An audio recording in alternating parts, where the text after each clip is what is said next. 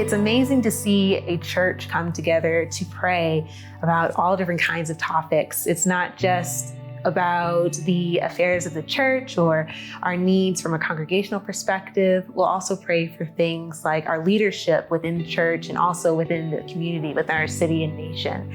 We're praying for our students and for their education, and sometimes for personal prayer requests as well. You know, when you pray every morning, you get to pray with people. So you see yourself as part of the team. You feel the heartbeat of the church. I'm able to hear other people's prayers. You know, sometimes their prayers talk to me. Sometimes their prayers are prayers that I need to hear that would motivate me to keep going. The thing that motivates me to get up in the morning and pray is not the lateness, not the tiredness, not the inconvenience or the possibility of sacrificing my time. It is that I'm eager to see what God has next. It's like, what's next? Yeah. Oh, who did what? Who happened? Yeah. And why did? And what happened to who? And who happened to what? Just having that assurance that we're not just praying, like we're not just speaking words that goes into the air and nothing happens. That we pray, we get answers, and we have that comfort that we serve a God that listens to us and that answers prayers. When there are answered prayers, like we're starting our PM service, I rejoice with that. It's like that's an answered prayer. I was part of that. I was praying with them. I was involved in praying with them. I found myself in a truck accident, which basically broke both my legs, and I wasn't able to walk again. My first real prayer was when I was sitting in my wheelchair, praying for God to heal me so that I could be able to walk again. In a month, I started to stand on my 2 feet. Since then, it became an addiction to wake up, to put God first, because the prayers that I was praying were being answered.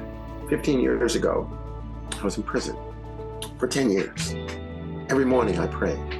You see, the wife that I have now, the wife and family and all of that. I prayed for my wife. I prayed for my family. I didn't have a daughter. Now I have a daughter. I prayed for them every single day. Who is the church, or what is the church if we don't pray? Prayer should not be a last resort. Prayer should be your way of life, how we live, how we communicate with God. We have to make that small sacrifice. I mean, how else do we get to know our friends better? We hang out with our friends, right? We hang out with, our kids. We hang out with our coworkers, and that's the way we get to know each other better.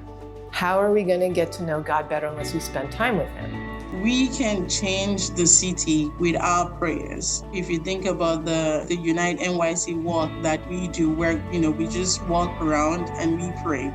Think about just how we've been having people just showing up randomly in church and saying they want to get baptized, right? We don't know what reaches anyone, but our duty as a people, as a church, is to just continue to sow that seed. We have to win first in the spirit and see the breakthrough in the natural. Not everyone knows how to pray, and sometimes that scares people. If you don't know how to pray, join the prayer call. And if 6 a.m. is too early, well, when we have, Wednesday night prayer, just pop in. We might not see a manifestation yet in the natural, but you can just be so assured that you already made a difference when you involve yourselves in prayer.